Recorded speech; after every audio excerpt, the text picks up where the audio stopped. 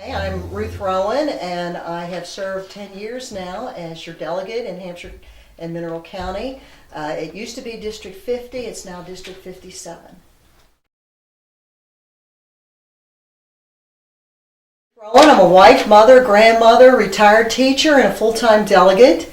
I've been in Charleston now for 10 years, serving Hampshire and Mineral County. My daughter is a teacher. She's a science teacher at Romney Middle, and my son is a pastor. He's the senior pastor at Terracotta Church of the Brethren. My granddaughter's 22. She's married to Michael Staggs. He works at the Juvenile Center in Augusta. And my grandson, Robbie, my pride and joy, is a third grade student at the West Virginia School for the Deaf and Blind. So very active there. I'm on the advisory board, the LSIC, and the foundation at the Deaf and Blind School. It's part of my life. It's what I do. It's what I am. It's not just a small part of my life. It's every day, being with the people, getting to know them better. As I said, just loving the people here. And in saying that, I just got back from Charleston. I've been down there since shortly after Christmas. We've had bad water, bad weather, and it's good to be back home with good water and good friends, and there's no place like Hampshire County.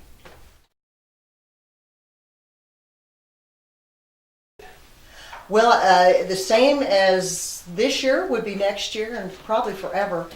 Children were always, they'll always be my main focus. I taught for 26 years, most of those years in second grade. This year I sponsored several bills that were safety measures to protect our children. House Bill 4004 was the bill to protect children from child abuse.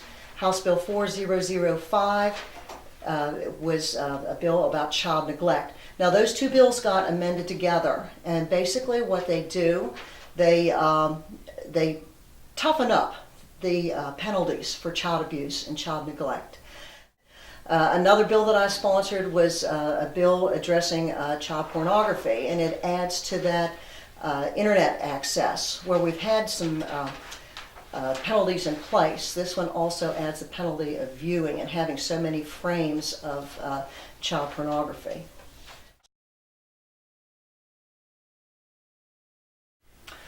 Well, I guess in saying that, my number one thing is the School for the Deaf and Blind, and that is our number two employer, our number one employer being Hampshire County Schools, so that's very important. Our education system is very important.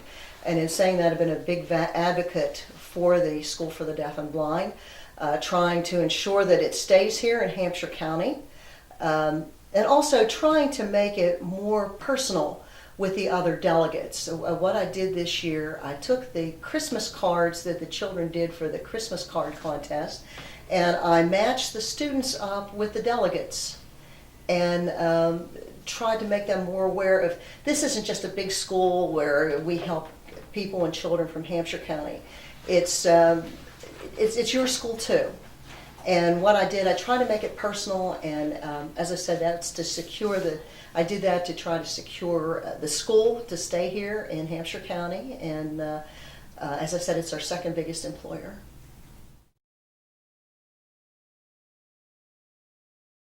No, it's never time to raise taxes. Never. I see a lot of wasted spending. We did a bill this time called the haircut bill, and it trimmed 10% off of various projects in the state. And what really amazed me about this bill was originally we were going to trim 15% off racetracks and casinos. And as I examined that bill, what I saw was that we're providing hundreds and hundreds of thousands of dollars to racetracks for purses. And it's like, why are we doing that? We cut that expense by 10%. The final figure was 10%. I think we need to cut it back 20%, 30%. If it's a job creator, we should not have to subsidize it.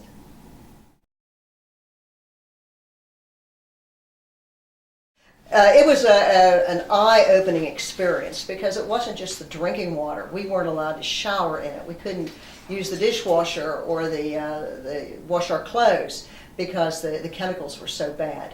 I think it was a wake-up call for the cities mostly. But I was on the health committee, and that bill did come through the health committee. That was Senate Bill 373. And it would have hurt Hampshire County in several ways. Some of the things they wanted to do was to add different equipment, different things that would have made it too expensive to run here in Hampshire County. So some of those things stayed in, but the ones that would have been harmful to Hampshire County, making it too expensive, those were cut out.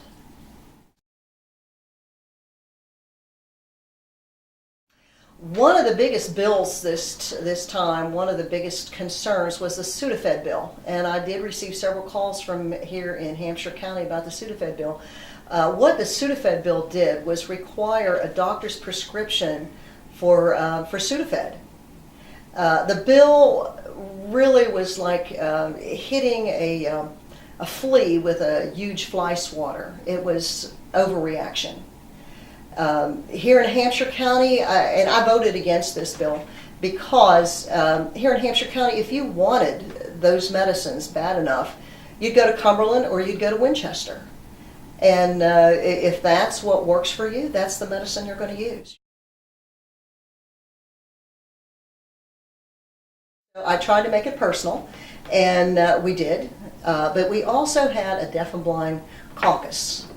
And what we did, and I didn't do it alone, I did a lot of the preliminary work, but it was Darrell Coles, the delegate that represents the eastern portion of Hampshire County, and I, along with our two senators, had a caucus, and we invited all the senators and all the delegates, and we had them come in, and Mark Gandolfi, he's the financial director at the Deaf and Blind School, showed a film that they had done up there, and it talked about the school. It had interviews with the students, and it was very successful. It really brought it personal, along with the Christmas cards, as I said before. It made it very personal.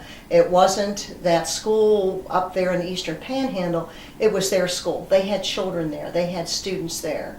They were part of it also. So anyhow, I plan to continue that.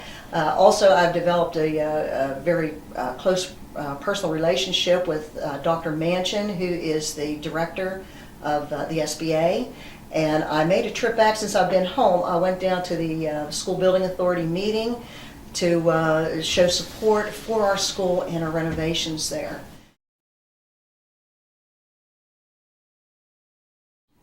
Oh, there's no place like Hampshire County. Great folks and great water.